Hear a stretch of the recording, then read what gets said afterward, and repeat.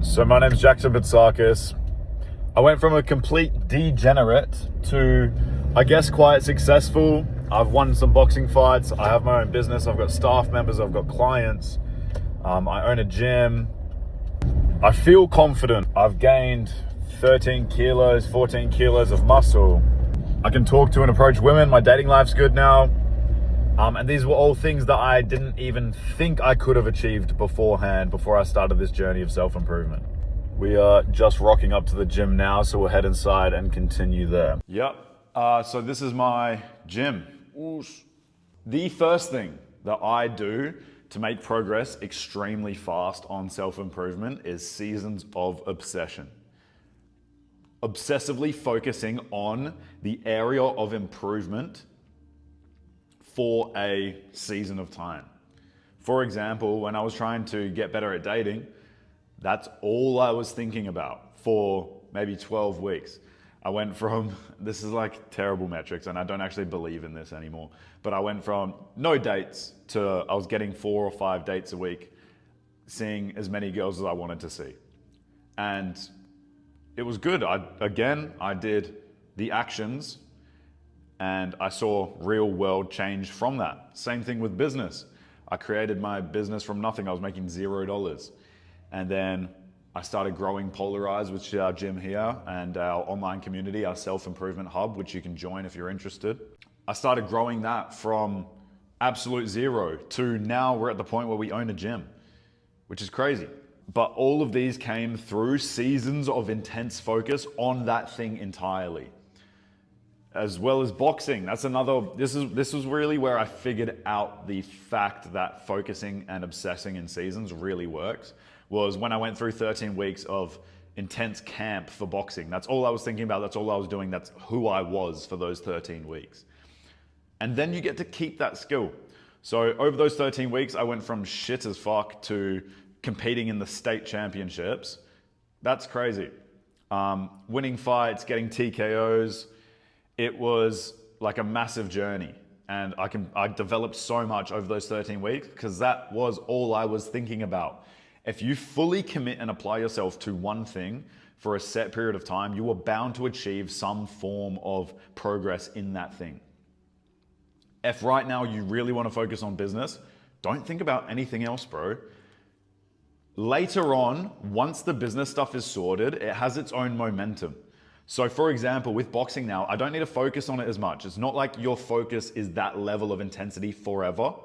You just need to commit yourself for that set season of time, and then it has its own momentum. It kind of carries itself. Now I just have those skills in my back pocket. Now I know how to talk to girls. Now that I know how to train and get muscle, now I know how business works. After those seasons of intense focus, you just keep them in your back pocket, bro. Skill acquisition is the sickest fucking human experience and one of the best gifts God has given humans. I truly believe that. Skill acquisition. So seasons of intense focus. The second thing I would say is fitness is the gateway for everything else. I'm obviously a bit biased to this because I have a gym, but I would actually say that is the reverse effect of my bias. I would say I have a gym because I know that fitness is the gateway. If you see it like this, like fitness is the easiest way to see real physical, tangible effects that you get to carry around every single day. If you have like zero muscle and you start seeing a little bit of progress within a couple weeks, you have seen a physical effect in the real world that you made. You changed the world. You made yourself stronger. And now you get to carry around that extra muscle for the rest of your life. Whether you care about looking good and getting oiled up on stage, I don't give a fuck. You now get to carry around a stronger body for the rest of your life. People notice it, you notice it. It has real world effects. You can lift up heavier things. You can help your mom move the groceries. You can help your girlfriend fucking lift that table in her living room. You can throw her around. All of these things have real world effects. So self-improvement, where was I going with that? I think I got a bit lost. Fitness is the gateway to the rest of self-improvement. And it's such a catalyst because it shows you how to work hard. You can have self-improvement without fitness is autistic and vain, and it's just like over-optimized. And you're trying to do all these little nerd habits and this and this and this. But with fitness, it's like that is the main boulder, that's the main catalyst. But fitness without self-improvement is vain and stupid as well. If you're just focusing on fitness, you just become this like stupid meathead just focused on oiling up your body and looks maxing and all this bullshit. But fitness and self-improvement working together is easily the most powerful combination known to man and the recipe to change the rest of your life. So the first thing is seasons of obsession. The second thing is fitness is the gateway to real self-improvement. The third thing I would say is trust yourself more. There's loads of online advice, and especially at the start of your self-improvement journey, you don't want to trust yourself because you've fucked up so many times. You've led yourself down this terrible path that you're currently on. And once you start to acknowledge that, you lose trust in yourself. You're like, oh, why would I agree to something that I'm thinking right now when everything I've been thinking has led me to this point of life where I'm weak, I'm depressed, I'm doing drugs, I'm doing all these bad habits. Maybe you're just not at a point you want to be at, and you could be over here, but you've led yourself down this path and now you're acknowledging it because you've discovered self-improvement. So why would you trust yourself? You might as well outsource all of your thinking to ChatGPT and get it to tell you what to do, or outsource your thinking to fucking some online influencer and get them to tell you what to do. Trust yourself more, even if you're wrong. That is the key.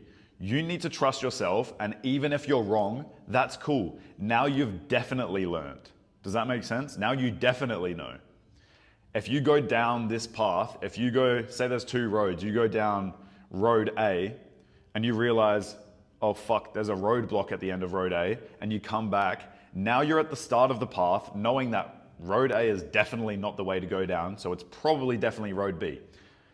If you didn't go down road A at all, you'd be stood at the fork in the road, not knowing which one to go down, not making a fucking decision, and then probably asking ChatGPT, which road should I go down? ChatGPT doesn't even fucking know.